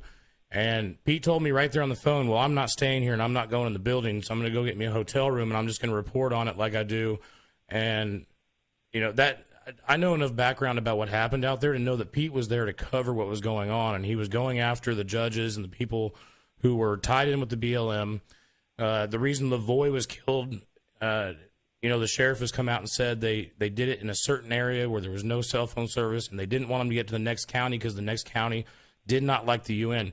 And I've got the documentation from the paperwork to prove that they did it before they got to that next constitutional sheriff's county. So give me some updates on what's going on with Pete and, how he's basically a political prisoner right now. Quick background, Pete Santilli is a radio personality. He's an independent investigative journalist that has been on many a network. He was most recently on Talk Network with all of the Don't Comply show and all of us during the times right before it. He went out to the wildlife refuge there to report on the incidents that were happening. Didn't stay out there, but then was caught up in the net and arrested with the other people. He's being held under many felony charges. They're in solitary confinement he's been there for a good while now, because of his involvement in just reporting on the incidents that happened out there at the wildlife refuge. Now, not to mention when the guys were arrested and Lavoie got shot, Pete wasn't even with them at the time, and he was trying to get back out there to get the women and the children that were out there out before the SWAT team went in and killed them. So, I mean, to me, he was being honorable and trying to get them not to go raid the women and children. But so give us an update, Dean. What's going on with all of that now? Well, let me just roll it back that, yeah, it's true. Pete Santilli is a very compassionate journalist. He's a real innovative broadcaster. Things he was doing with YouTube Live and was really kind of ahead of the curve. He's also an entertainer. He's very entertaining on the radio. And as the producer or former executive producer of Talk Network, Pete and myself, we were actually planning on revitalizing the Gong Show for Talk Network. So we had some really great ideas. He's not in any way, shape, or form part of any militant group, class, or any domestic terrorist organization or any of that. He's simply one guy that has a lot to say and a lot to offer the airwaves. And as executive producer of Talk Network at the time, he was doing a hell of a job covering the Oregon Rancher standoff. And he was staying at a motel. He was nowhere near the refuge at all. And I, at the time, was in Costa Rica, and I was going to make it my mission to get to Oregon and give Pete some extra equipment for the cameras and extra bandwidth. I was going to meet Dan Dix from Press for Truth, who was also part of Talk Network. He was going to drive down from Canada to meet me there. Yeah, I remember that. And there were several of us who were all talking in the background about what we could do to raise awareness of what was going on, because there was an obvious military buildup going on. And right. I won't lie, dude. To me, we didn't send anybody out there because it kind of seemed like a honey trap to me. And Sure. But all eyes were on what was going on out there. The press was out there on the refuge with the guys who were occupying it. Right. Pete was right out there with him, but he wasn't staying on the refuge. He was going back to his hotel room and loading his shows and doing all his stuff. He didn't go in any of the buildings. He went out there and talked with them just like the press did. So they've arrested him and charged him. They tried throwing it off on him, saying they got all the evidence they needed by watching Pete Santilli's videos. So then people called him an FBI snitch because they were watching his videos just like all of us were doing. And in the background, Pete's telling me all this other information that was going on with the judge and the sheriff and how they were connected to the BLM and how they really didn't even get voted into office and all that. So, they were truly trying – I think they truly are trying to silence him because it's been that kind of political debacle where it is in the media and everything, it's bad to stand up to the government these days, even though we know that they're doing terrible things, stealing people's land, funding ISIS – destroying what Americana actually is, and trying to rob us of our inalienable rights. Yeah, it's true, and he's being made an example of. They're considering him part of the domestic terrorist class, and to Pete's credit, as I was getting ready to go down there after being in Costa Rica for a month, at last minute he called me, stopped me from coming. He said two things to me. He said, it's too dangerous down here, number one, and number two, you're too LA. You won't be able to handle it. I know, I'm here to say that. Yeah, leave it to Pete to be the asshole to tell you the truth, right? Right. It was like 20 below or something like that. And in all honesty, I really didn't have the proper attire to go be in the snow for a few weeks. I didn't have all that stuff. So he kind of, in a way, stopped me from coming, and I easily, like Dan Dix and potentially Matt, could have been in the same predicament that he is facing right now, which he's facing, by the way, 80 years in Jesus, federal are prison. you serious? He's facing 80 years because of Oregon, and they're tacking on his coverage of the Bundy Ranch incident from 2 years ago in his sentencing, which I was a part of, too. I was a producer pushing out his news stories as well as many other news outlets in the beginnings of that story. And so, in closing, Pete has a hearing in about 12 weeks, 10 to 12 weeks, I believe. So myself with some of his other colleagues are trying to get this story back to the news cycle, which is a difficult thing with the election and everything. But really, to get people to get past thinking just about Pete Santilli as a person, but let's think about the fact that this is an attack on independent media. Well, that's the really just about anybody. That's the really dangerous part, because whether you look at alternative media with what Murdoch and I and Phoenix do with Don'tComply.com and our writer Andre, and you've got people like InfoWars out there. You've got all these different, We Are Change and Luke Rudowski. You've got all these different groups that have gone out and started taking over and trying to take the narrative back about what freedom is when the mainstream media is selling us all this slavery talk. And what's really, like you said, which implicates the really bad problems in this is the fact that they're going after an alternative media guy because they didn't like what he was saying. And he had nothing to do with it out there except for the fact that he was covering every single bit of it. I really hate that this is such a pointed chilling effect directed directly at us, directly at you and me and all of our inner circle of investigative journalists that get out there and try to get to the bottom of government corruption. That this is a shot across our bow. This is saying, look, if you come after us and try to expose us, we are going to put you in prison and kidnap you and put you in a cage for life. And this can't just be left alone and not responded to. This is something that needs to be fought, or else it's going to happen to the next person. It's going to happen to the next person. And I totally agree. I totally agree with Murdoch. And I think one of the reasons a lot of people in the alternative industry probably don't want to touch this story, they don't want to be accused of being linked to Pete or any of the others involved in some kind of domestic terrorism. Yeah, but that's the kind of shit that cowards do. Right. So, and I'm saying that, if we don't act on something, on one of our colleagues getting this shut down like this, we don't act on this, this is going to spread, I believe, more than anything. It's going to spread across our industry and shut us down. But, I'm not willing to just be compliant and just forget this ever happened. If we have a platform in this industry, we should be willing to use it for good, especially if it's going to be used to help one another, because they're going to be cracking down the pipe very soon, and they already are, actually. Of course, and that's why some of us are actually involved in the kind of activism that we are.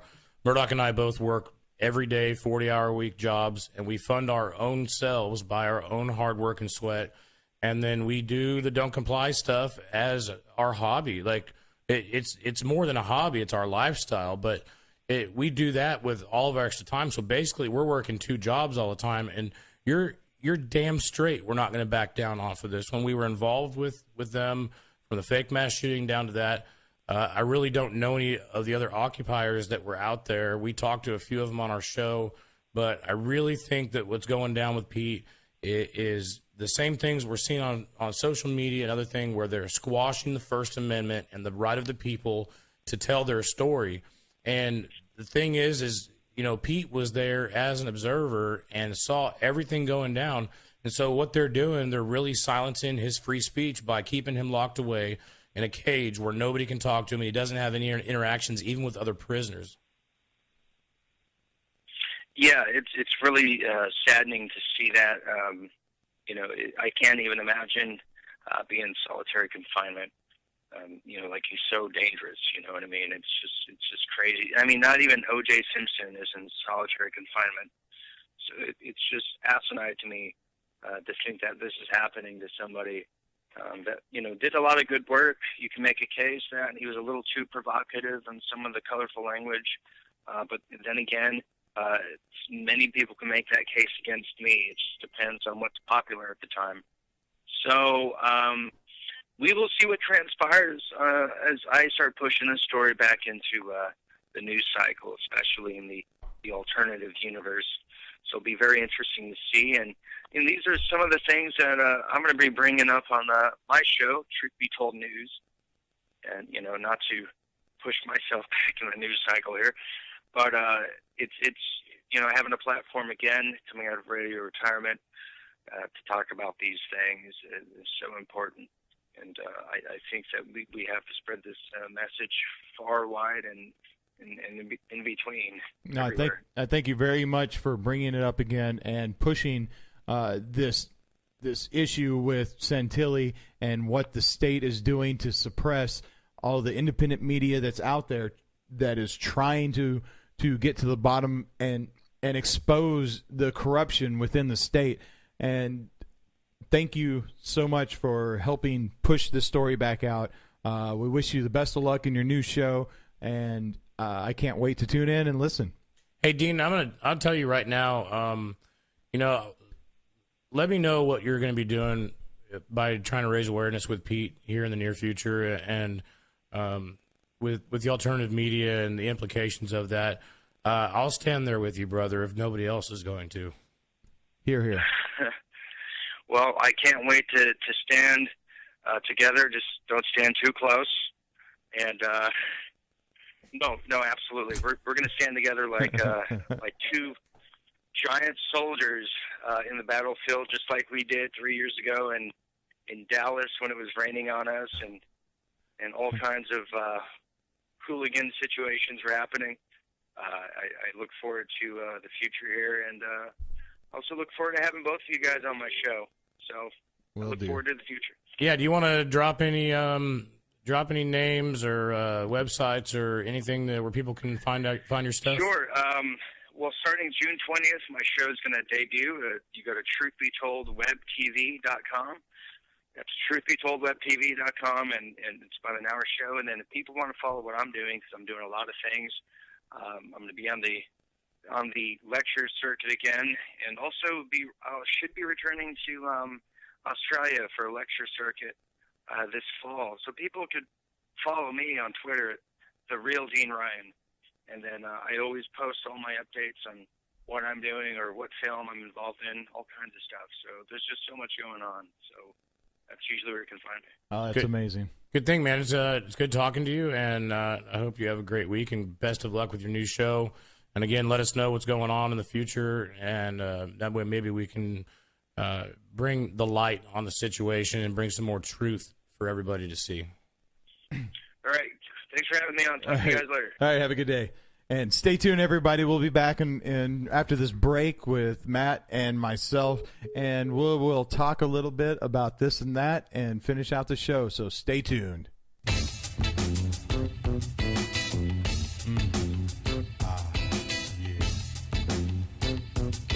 Yeah. Don't Comply Radio. Yeah. All you ladies out there, lonely land, sit back, relax, loosen up your clothes, and let our voices make sweet, sweet love to your ear holes. Don'tComply.com.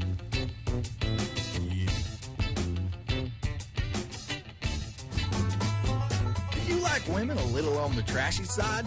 Well, come on down to DumpsterDate.com. We verify that every woman on DumpsterDate.com has a tramp stamp, stretch marks all over her torso, she's a chain smoker, a massive alcoholic, she's missing at least 3 teeth, and has at least 2 children. And for a limited time, if you sign up within the next 2 days, that's during NASCAR season, fellas, you get premium access to redheads, strippers, and women named Tiffany. Let's listen in to a wonderful couple, match made in the trailer park, Mike and Trisha. Well, you know, most of the week, most of the time, I empty porta-johns for a living. And when I go to the bar after the work, some of the girls don't talk to me while I rub my fingers through my mullet.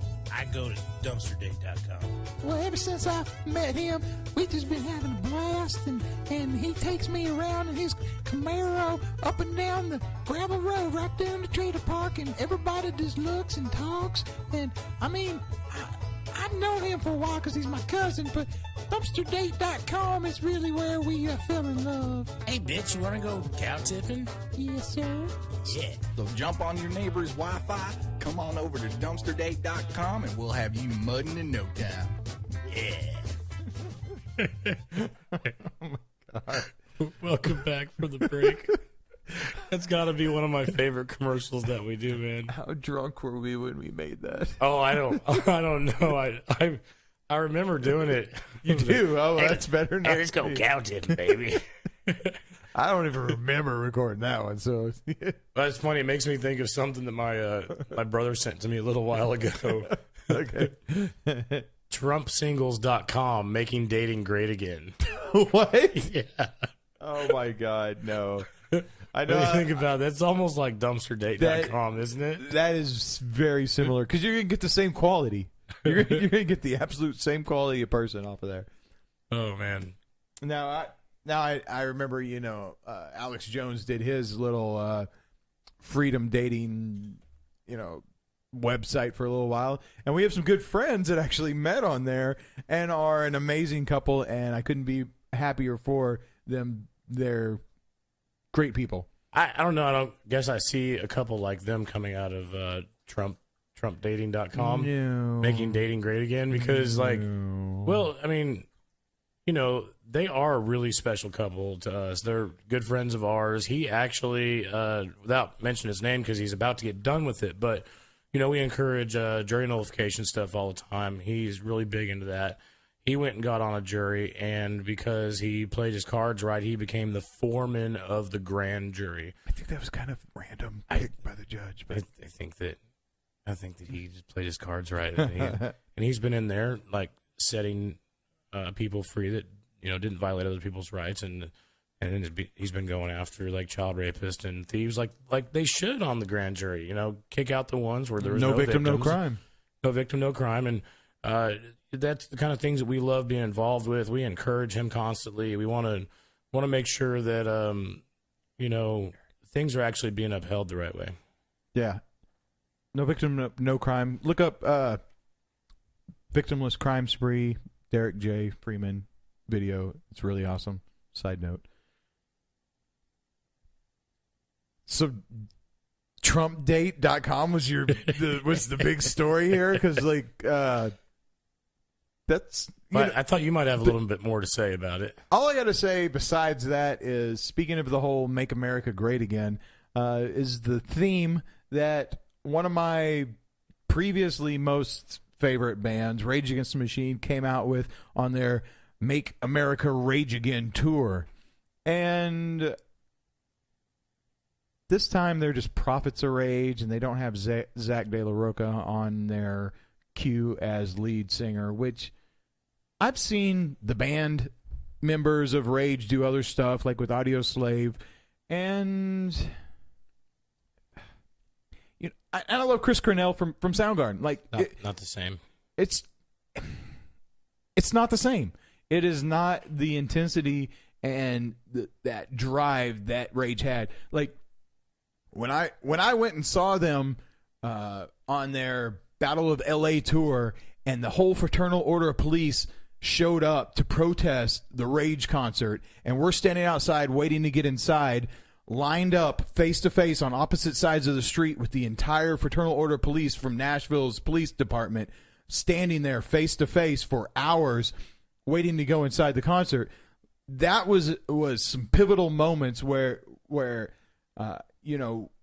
were able to find some means of communicating our disputes from each other, and I don't know. I mean, there was not any aggression that happened, but we were able to talk about things, and it was a very tense situation. But it was all pivotal around Rage Against the Machine, and I understand they have a lot of socialist aspects to it, but 90% of what they're for is fighting the system and raging against the machine that is there.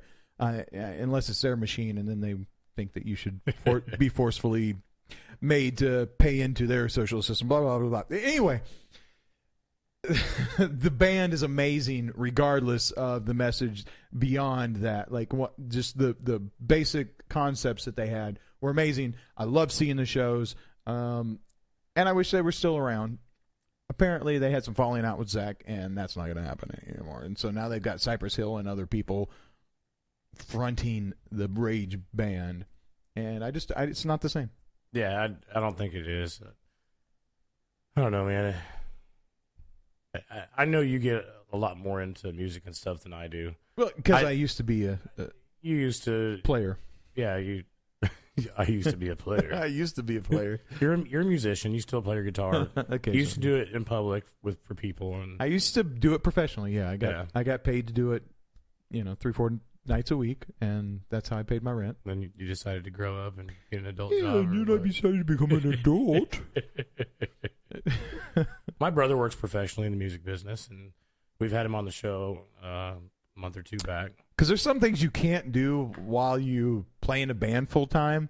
You can't be an adult. Like, you can't have all of those other responsibilities. And it's nice for a while, but at some point you're just like, yeah, I'm tired of being a broke ass musician and eating macaroni and cheese and ramen noodles every day and Miller Lite. And so I went and got a real job, and now I drink craft beers and eat out in every single meal and don't have to worry about that. Right. So, ta-da! I'm an adult.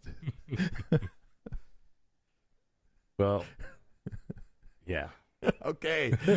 Well, this has been a long show anyway. Do you have some other subjects you want to talk about? We can get out. I'm ready to jump. I wanted to kind of quickly discuss the mass shooting that happened down in Orlando real quick, and we've got to get into that. There's a whole lot of stuff going down with it, and I don't mean to take the show from a couple laughs back into serious stuff, but one of the reasons why we did the fake mass shooting and why we ended up making international news about that was literally to put keywords out there about a fake mass shooting, crisis actors. We used all of those things and gun-free zones to point out the fact that gun-free zones are victim-killing zones, like we were talking with Dean a little bit ago. Yeah. And immediately after this happens, this is, to me, totally a Paris-style attack where they went into a place. And for me, it's not a LBGTQBCD. LRTV. Anything. ST, yeah. It's somebody who's a radical who went in and shot over 100 people that are Americans. These were people who were at a club in Orlando. It doesn't matter what sexuality they were, or why they picked that place. In fact, because they're radical, or because he's a radical Islamicist, he probably chose that place because they were homosexuals. The ISIS people, they throw homosexuals off the top of buildings all the time and murder them for their lifestyles. And regardless of what we joke about on this show or anything, and we've done a lot of joking around about the transgender issues and whatnot, because what we've been doing is we're trying to break down the political correctness that they are throwing out there, which is why we laugh about it and everything. And it's not really a funny thing, because we respect the hell out of people's rights, and we respect the hell out of freedom, which is why we fight and we say don't comply to the system that's trying to control us. And that's what don't comply is all about. Personally, I don't understand and respect a lot of law enforcement, but I still deal with the good ones. We talk to the good ones all the time who show us respect back. But this wasn't just about Islamic terror. This wasn't just about homosexuals and transgenders in a club. This is like a culmination of all of these issues that have been being talked about over the last couple of years, being rolled all into one. They're using the transgender gay rights and all of that, and then Islamic terror, in my mind, to now push on us gun control and more gun-free zones. Like, holy shit, they're not even attacking the problem in mainstream media right now at all. And what they're telling us is, and what the Obama administration is saying, is we need to give up our guns. And ultimately, every one of these mass shootings is happening in a gun-free zone. If you go and look at the city ordinances for this town, all of these bars and clubs are gun-free zones. As with many towns, every one of these shootings are happening in these areas. We had some incidents not too long ago here in Dallas where a lot of the gay community was being targeted for their lifestyles, and people were attacking them in some of the streets from the bars to their homes.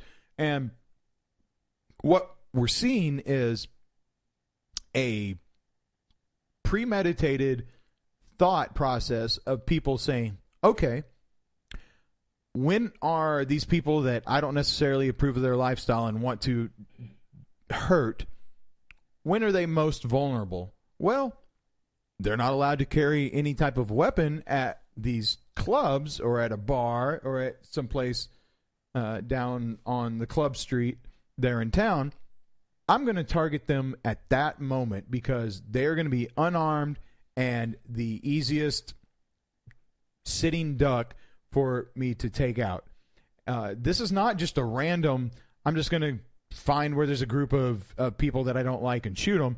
This was a very predetermined thought process of, since there is a law that they are not allowed to have a gun on them in this place, that is where I'm going to attack them. And that's what the problem is with this country, is that these gun-free zones are where this happens, and every time it happens, these politicians who do not care about your well-being demands that more places put the same sign up. This is a sign of death. This gun-free zone sign that you see out in front of the bars or any other place that you have to go inside of is a sign of death. You do not want to go inside of these places. I think we need to stick together and start boycotting and banning any place that regulates no firearms inside of. You can have some sort of private club and have a BYOB situation or whatever where you can bring your guns inside of. We don't have to go to these bars anymore. We don't have to go to these facilities that the government regulates them out of, or that the private business owner himself says we can't have the gun inside of. It is a shooting spree. It is set up for everyone to be vulnerable to any type of bad guy. One bad guy doesn't have to obey the sign, walks by and murders however many people.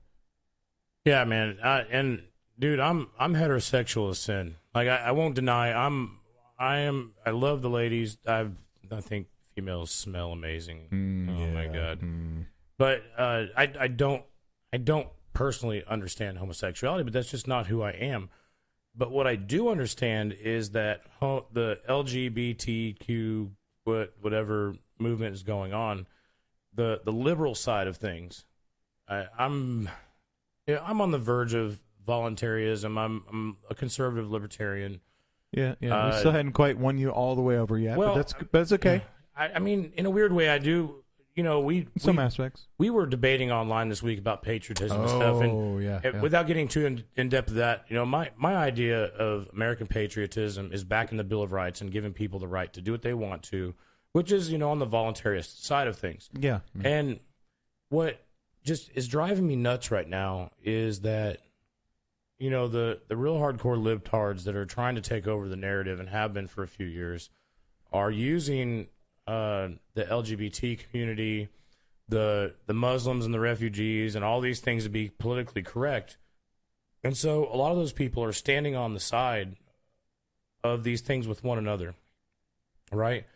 But these people who are hardcore radicalists that are in Islam, and there's a difference between Muslims and Islam. Islam is more of a religion and whatnot, and Muslims are what they call themselves individually. And Islam's more of a political type of sect, which is where the Sharia law comes from and everything. But you have these people who, in other countries like ISIS, are throwing these people off of buildings and killing them, from Egypt to Libya to Syria to Iraq and so on and so forth. They are imprisoning women and making them sex slaves and all this. And then this community that wants their sexual freedom and their promiscuity and all of these things and their freedom are siding with these hardcore radicals that will kill them. So in my mind, they were siding with them. We'll see how this pans out afterwards. Right. This probably might break up a lot of the politically correctness with the leftists and the radicals and everything. And on the show, I talked about the refugees and everything coming to America.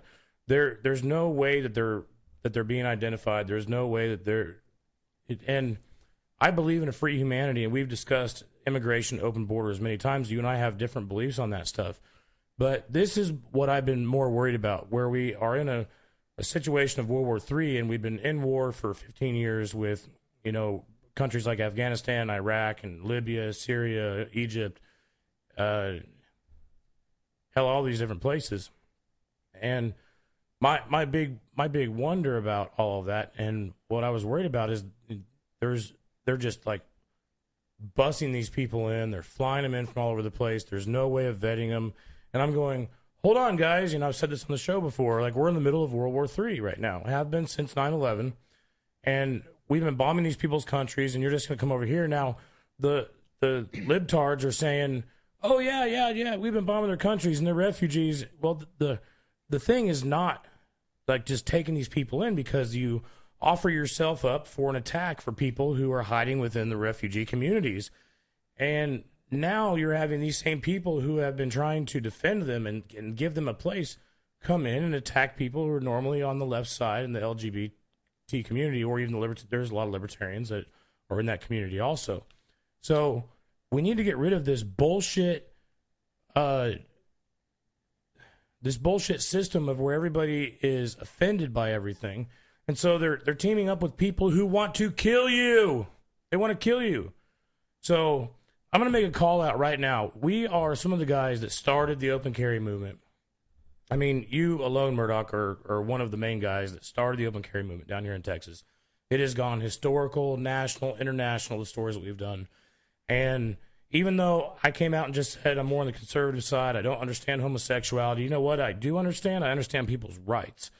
I understand their inalienable right for their speech, their religion, their thought, the way that they want to do things in their bedroom, their right to protect themselves. And I'm calling all those people out there to side with us who have been talking about freedom. Side with us who have been talking about your rights and how you can bolster yourself as an individual. And I hope the LGBT community starts understanding what we've been telling them, and I hope they start buying guns, because I'm gonna make a prediction right now. This isn't the last shooting. No. The imam in Orlando, or a visiting imam in Orlando, 5 days before this shooting, came out and said the homosexuals need to die, and that's how they get cleansed. That's their forgiveness is dying, and that's what they need to be punished with. And so that's what's being told. And I guarantee you, in another big city, this is going to happen again. Now, maybe it might only be 7 people next time, and God forbid it happens at all again, but it's going to happen again. And I hate to make that prediction, but this is what it's coming down to. We're in a world war. People are coming here that are sick and pissed off of us making these wars over in the Middle East, and they're going to go after the people that they really hate the most, which is people who they see as ungodly or whatever in their own religion. It has nothing to do with lining up with our Bill of Rights or who we are as a people here in America and the things that we believe in.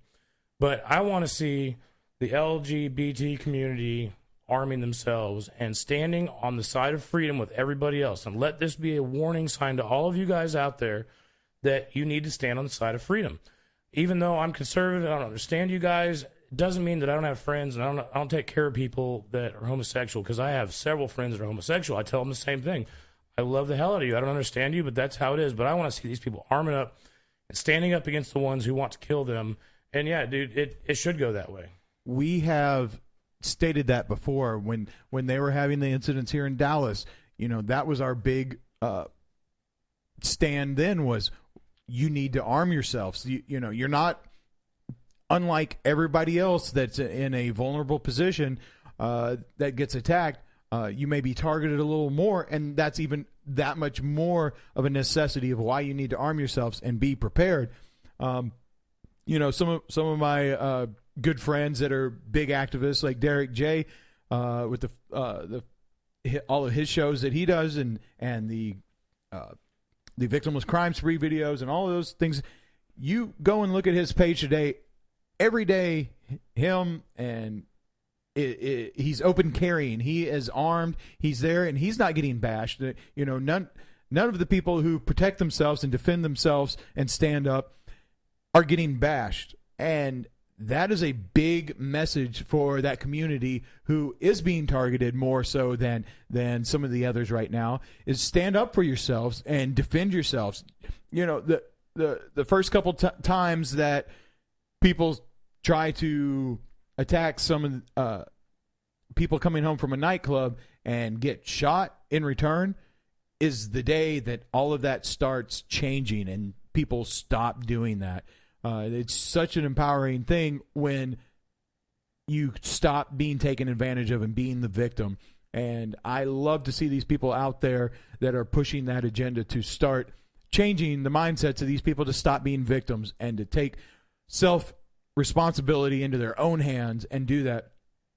And, you know, whether it be this LGBT community that happened out there in Florida or not, it needs to happen all over the United States.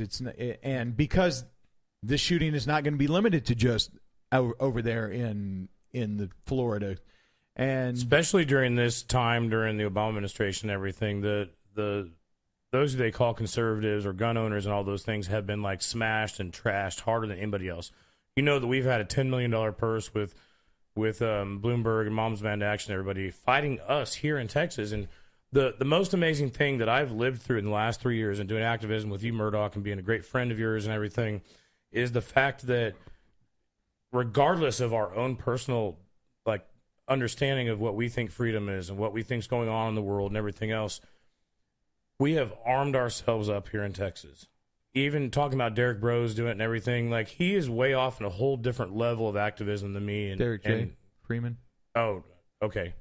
Sorry, I thought you were saying somebody else. But anyway, the one thing that I see going down here in Texas is the fact that not only have all these activists come together, but also we've started preparing, taking care of, and carrying guns here, which is our inalienable rights. And we've watched a political shift happen where there's a lot more freedom-type politicians there, even though many of them are still establishment. We've had less problems with the Bureau of Land Management up on our rivers. We've had a lot more understanding between everybody, and people have come under the guise of, if we protect ourselves here in Texas, we carry our guns, we stand under the agreement of inalienable rights, you know, our rights of our own beliefs, as long as we're not hurting other people. And holy shit, look, we have one of the best economies in the world. Things are great down here in Texas, and I want other people to see that, like, we're never giving judgments on you people. We want the cops that we're trash talking, we want them to be better. We want them to respect people's rights. we want you to respect the homosexual, transgender, gay community rights. Leave them alone. Like, if there's nothing going on, why are you trashing them? You're just as bad as those people who on the left, or the libtards, or the Hillary Clintons, and those who trash everybody else by going after them and trying to fight them. Like, I'm not out there to fight anybody. I'm out there to help serve freedom to people so that they see what they can do to make America great again, not in the way that Trump's talking about it, but in the way where we're actually like providing people with the knowledge of what sustains them in their lifestyles and keeps them in their own freedom, where they're not having these other people come down on them.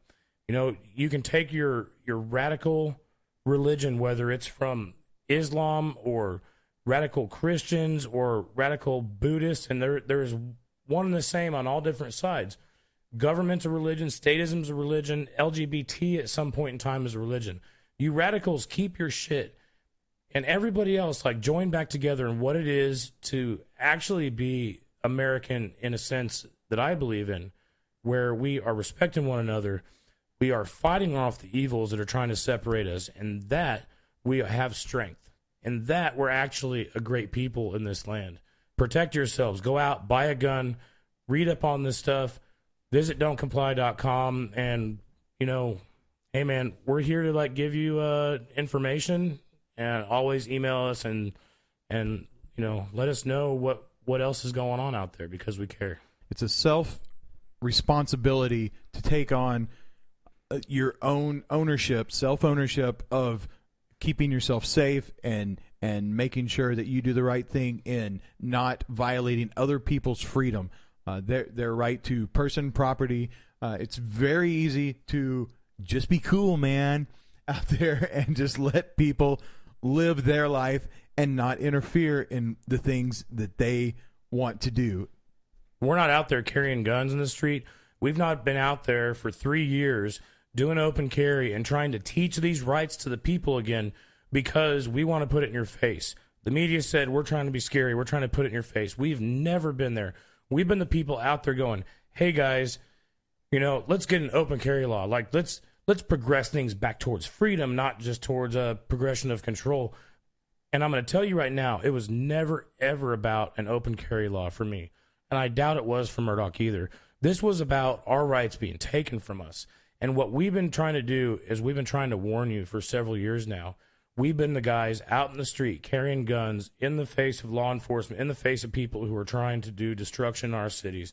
We have stopped so much shit that's gone down here in Texas because we went out there and we stood with it. And what we've been trying to tell you is it's time, America, to wake the fuck up. And it wasn't wake up. It wasn't about just the open carry, because the Second Amendment assures your First Amendment. It's about having all of your other rights intact.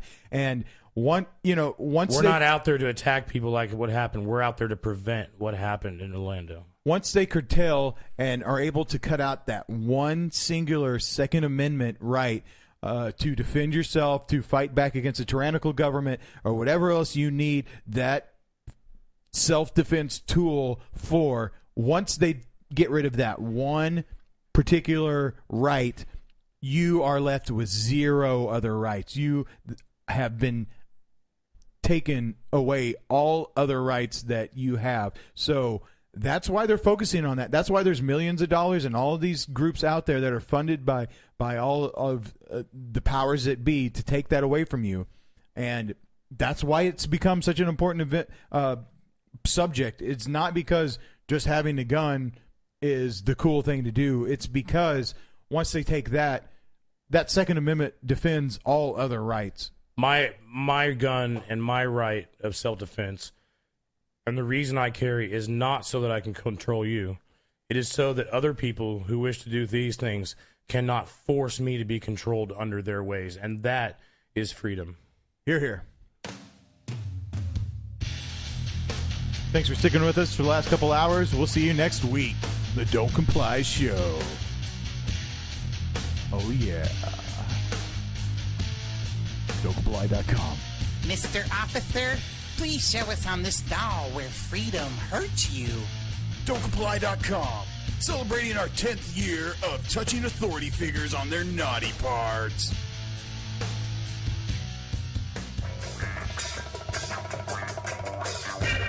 for listening to the Don't Comply Show. For all comments, questions, complaints, or dating requests, please write us at show@don'tcomply.com or message us at facebook.com/Don't Comply. Check in daily at don'tcomply.com for fresh content and original news stories. All names, characters, events, poorly impersonated voices, situations, content, and similarities, anything real or entirely fictional and coincidental. All views expressed on this show are not the opinions of Talk Network, Barack Obama, or anyone for that matter. All content is satirical parody and should not be considered truth. Don'tComply.com, The Don't Comply Show, and Come and Take a Text are all registered trademarks for the Badass Mofo hosts. If you don't like it, we don't care.